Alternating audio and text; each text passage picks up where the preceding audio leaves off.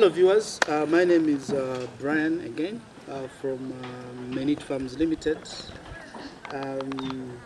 Today we have come here to do an evaluation for Eden Heritage. I wanted to discuss a few points when you're planning for your farm. It's a whole lot of things that you need to put in place, especially looking at the factors of production, looking at any enabling factors to ensure that you have those components, those items that are going to make sure the farms thrive.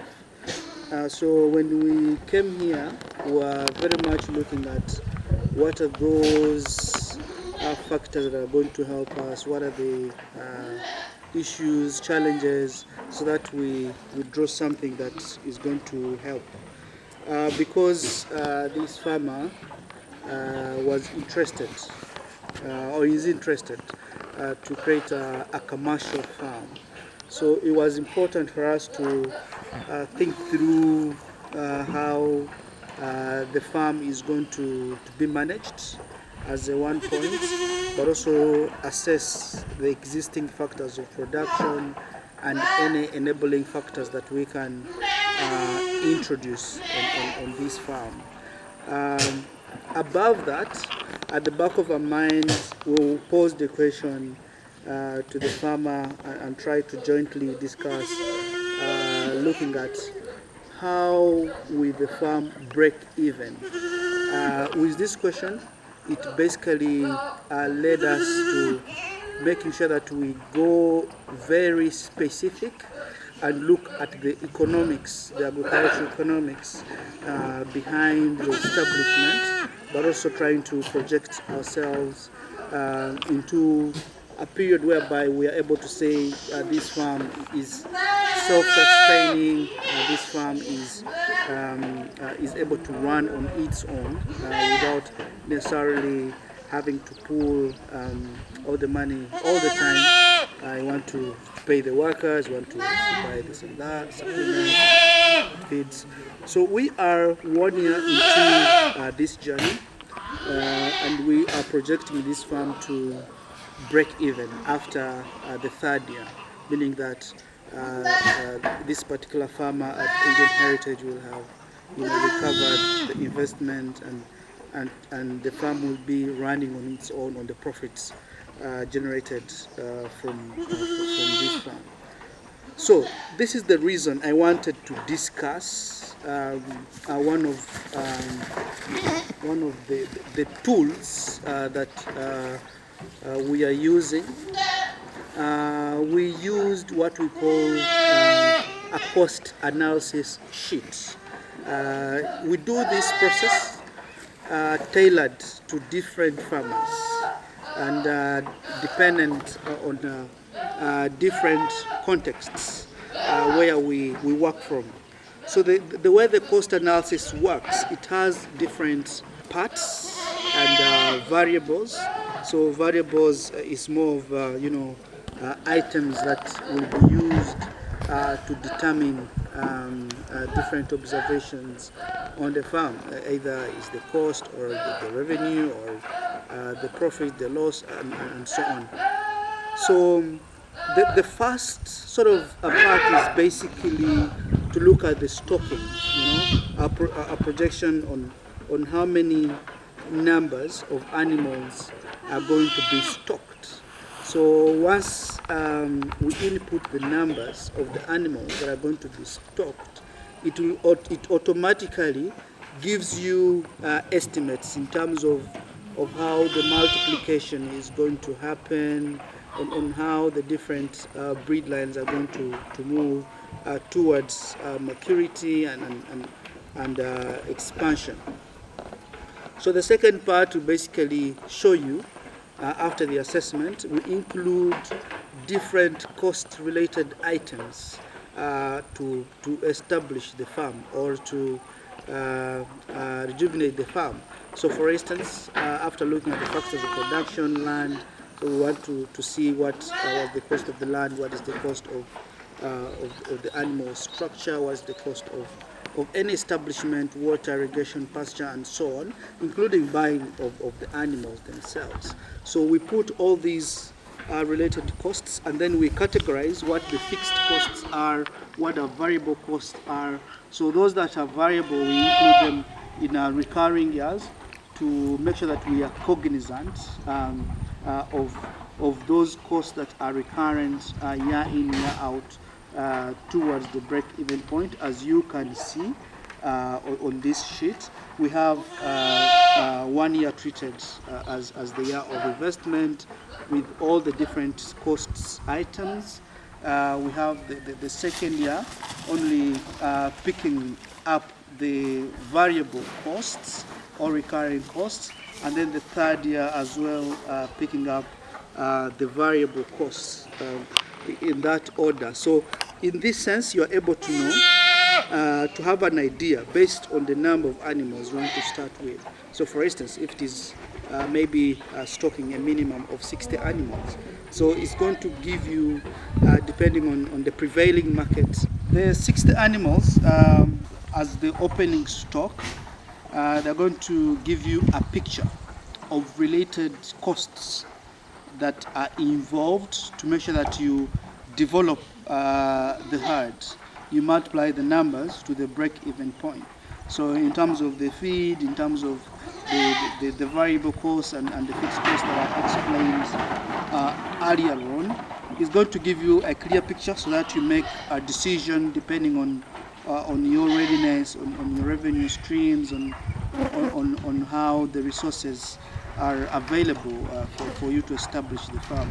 So it's a very, very, very interesting and key decision tool whereby you look at the different cost items and then you make a decision what to pause, what to prioritize, what to put on the farm and what not to put on the farm, but without compromising the standard practices, the technically accepted practices.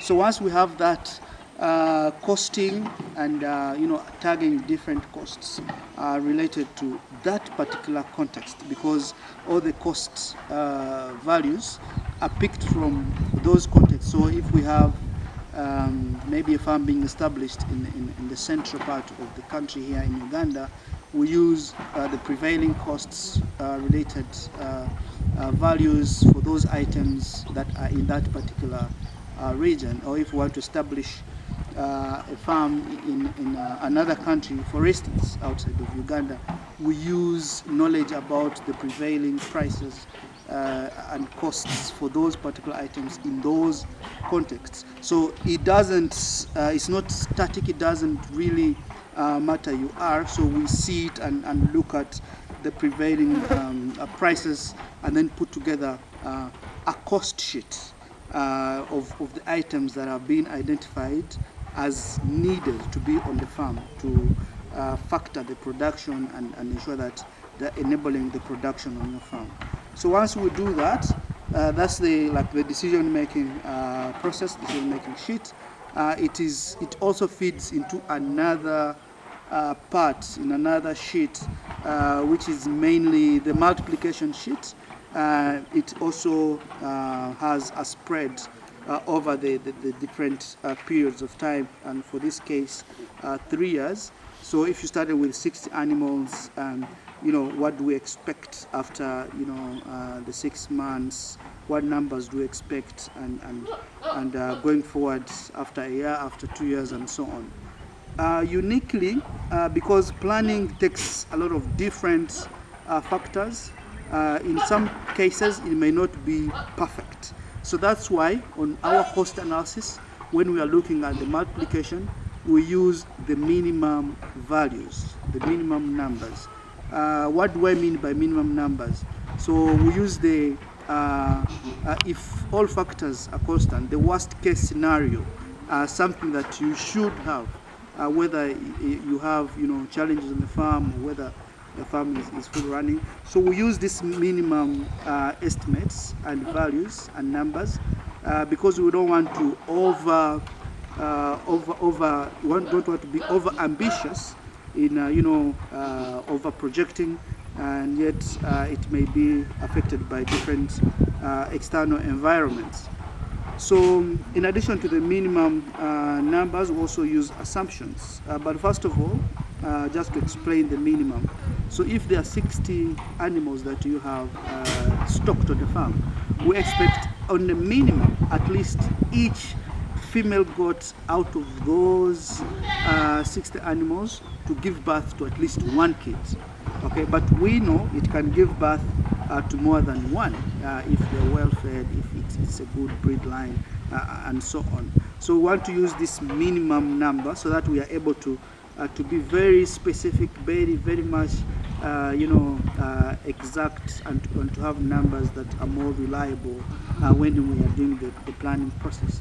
So in that planning sheet and multiplication sheet, it also has considerations for different breeds.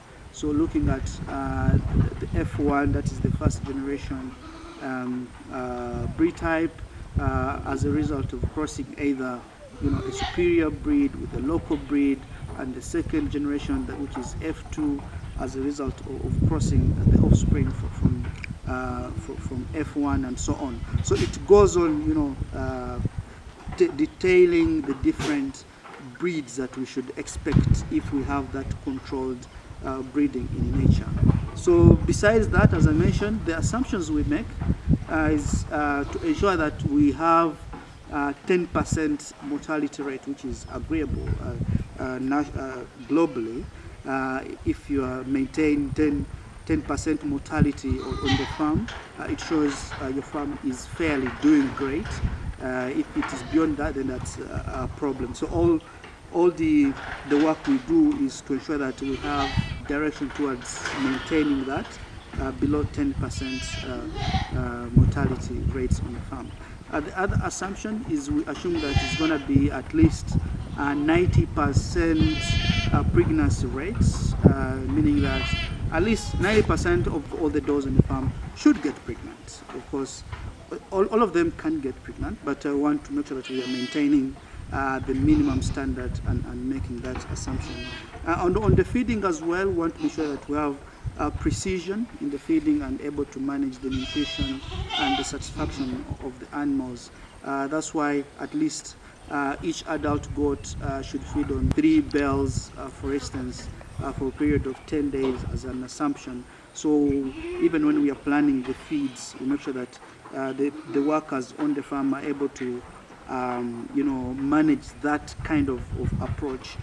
So we do all different feed rations depending on each feed on the ground, including the supplementation, because we recently introduced the pellets for different categories of the animals. We have lactating mothers, we have pellets for kids, pellets for general herd, and pellets for a specific special needs animal. So all these are factored into as assumption. The other assumption that we make is on the productivity, on extra products, byproducts. For example, we know at least each adult goat should give us at least 138 kilograms of manure by the end of each year. So with such numbers, we're able to use for adult goats to know if we are to add value on manure, how much do we expect given the number of the size of manure we expect at the end of the year and on a regular basis. So those assumptions there are put on this multiplication planning sheet, and then we attach a different cost to indicate the revenue. If we sold at that particular cost, what revenue do we expect? If 90% of the animals have given birth, what revenue do we expect from there? If we have over maybe 40,000 kilograms of manure, or each goat is giving us 138 kilograms of manure each year, if we decided to sell such manure, targeting urban farmers, after using part of the manure, how much revenue we expect from that. So that is also another way of planning and showing you how much you expect at the end of the day. If you're selling the animal, given the different breeds that I've showed you, how much do we expect? From there on, we put a summary that links these two sheets, from the one that has the cost items, the manipulation items, and the revenue. So we do what we call a summary of profit calculation, like which is the difference based on subtracting the cost from revenue. So what remains is the profit on the minimum. So once the profit is achieved at that point, that's where we comfortably say the farm is break even, the farm is able to self-sustain, and going forward the farm will only be working on the money directly generated from the farm. So this kind of approach, this kind of economics and calculations will help you to make decisions in terms of looking ahead of time what you expect at the minimum. And because it can go high, it's if depending on if the goats are giving birth to twins, triplets, and which will be a resultant increase into the number of the animals on the farm, number of manure, and so on and so forth. But here it's on the minimum, so it will give you a clear picture, first of all, as I explained, what you need, what costs you need to incur to establish a farm, to also show you how the animals are going to multiply given the different breed lines. It's going also to show you the different considerations we put in place, so that you already know as a farmer those revenue streams that you need to focus on. And then in the end it will give you a summary and a projected revenue and projected profit on the minimum. So it is going to increase better decision making processes, so that you are able to decide on your own on when to expand, when to sell, or when to do so many things. So I want to invite you, come, we do this process together, our costs benefit analysis together, the way we have done, the way we did for this farmer here and the other farmers. It is tailored to the context, tailored to a particular farm, particular area. It's not similar to all because of different factors that affect the price and so on. So please engage us. Let us support you to do this cost analysis. And it's going to be a tool that you can use to improve your farm, to make decision and to benefit from this venture. So we are linking both the technical related items plus the economics to make sure that we are helping farmers build commercial farms and move away from the traditional way of farming. So I want to thank you. Please subscribe to our channel and make sure you engage us to support you in such processes. Thank you so much.